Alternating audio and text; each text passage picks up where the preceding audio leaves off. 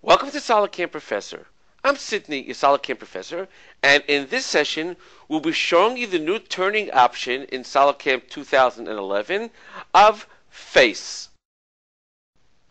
We'll start by going into operations of turning, and as you can see, we have three new operations. We have an operation just for face cutting. We have an operation for undercut grooving, and we also have a separate operation just for cutoff. Let's first start by taking a look at our face operation. Now, as you can see in general now, our interface has been completely improved and a lot easier to read. For example, as you can see, we have now diagrams or actual pictures showing us exactly what we'll be doing. For example, here we see we'll be doing face mill. If I were to go, for example, into technology and click into this field over here, you can see we're talking about an offset. Retract value, distance, retreat distance, rough cuts, everything has an illustration next to it. Let's go into geometry, and first we'll talk about this option over here. This shows us whether our retreat point will be to the right or to the left by clicking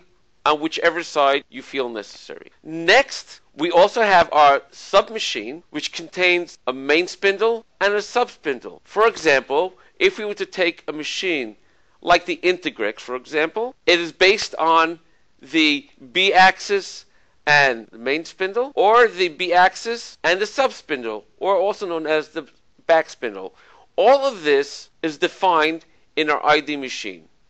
Let's take a look for a moment at the ID machine, and I'll go out of this operation for a moment. If we go into our machine ID, you can see that we have here our submachine. The submachine is based on the turret and the table. For example, our main spindle is based on the turret and our main spindle, and the subspindle is a combination of our turret and our subspindle.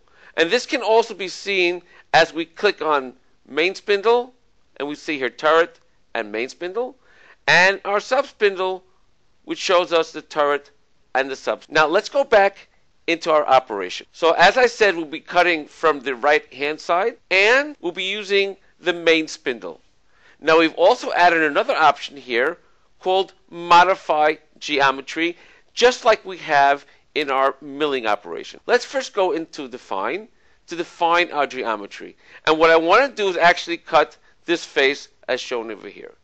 So I'll click on define, and I'll choose this line over here, and I'll accept that. Now let's go into our modified geometry. In modified geometry, we have here now the options of start extension and end extension.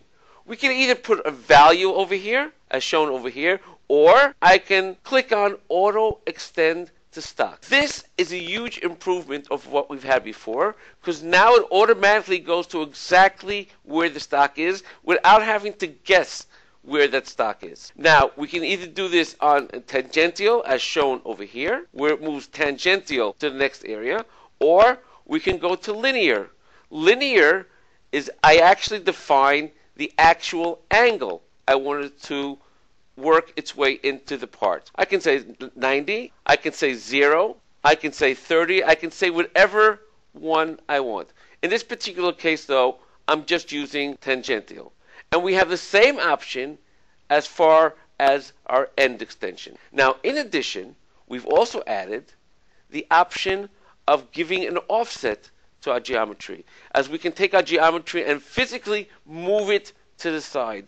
So say if I wanted to have an offset of 5 millimeters, you'll see my geometry has been moved out now by 5 millimeters. I'm going to put it back though at 0. Next, I'm going to choose my tool, and in this particular case I already have a tool here created, so I'll just select that tool. Now, as we see in this picture on the bottom, the diagram shows us this is exactly how the tool will be lying in the machine. Now, since I want to come from the top down, I want to have it as shown in this diagram over here. So I simply click over here, and this will automatically change to that position. Now, we've also done away with a lot of the buttons that we had on the bottom over here, and we've added them to tabs instead, such as the origin position of my insert, the data, and let's go into coolant for a moment. And as you can see, it shows us what coolant is supported by the machine with the check mark. those that have a check mark next to it are the ones that is supported. And this is defined in our machine ID. Let's go now into our technology field. And in our technology field, this is exactly what this operation can do. We can have the working area from the stock, or we can actually do extended stock buy, where we'll not even look at the stock itself, and I can actually go on further or less. I can work from the front, or I can work from the back. The direction I can either do one way or zigzag, as shown in the diagrams over here. Now, in my rough cut area, we can have our equal step over, how much it's going to step over each time, and I'm going to set this at 0.8 millimeters. In addition, however, we've added the option of final step, where the last step I can say, I only want you to go in 0.2 millimeters, and the number of those steps. I'm going to leave it at one step. I can also click on finish for a finish cut. And on my finish cut, if I want an offset, I can have an offset of 0.1 millimeters. Let's do save and calculate, and let's take a look at the results. If I were to run my simulation, you'll see that my tool has gone in, and let's take a closer look. We see that it cuts every 0.8 millimeters. However, the final cut is only 0.2 millimeters in width. Now, you'll also note, though, that there's no extension on the final cut. There's no lead in. What we've done now also is that we've made an improvement in our links. Not only do we have an approach point, but we also have a retract point. And we have our finish lead in and finish lead out. Let's click on finish lead in, and we'll choose the option of tangent. And as you see over here, I can add a tangent of, say, 20 millimeters. Now, I'm choosing 20 millimeters, even though it's large, just so that we can actually see it very clearly in our simulation. Now, let's go into save and calculate, and again look at our simulation. This time, as you see, we have our cuts, but our final cut, the 0.2 millimeter cut, has now been extended tangent by 20 millimeters. So it can go in from above the part itself. Thank you for joining us on SolidCAM Professor. Take care and have a nice day.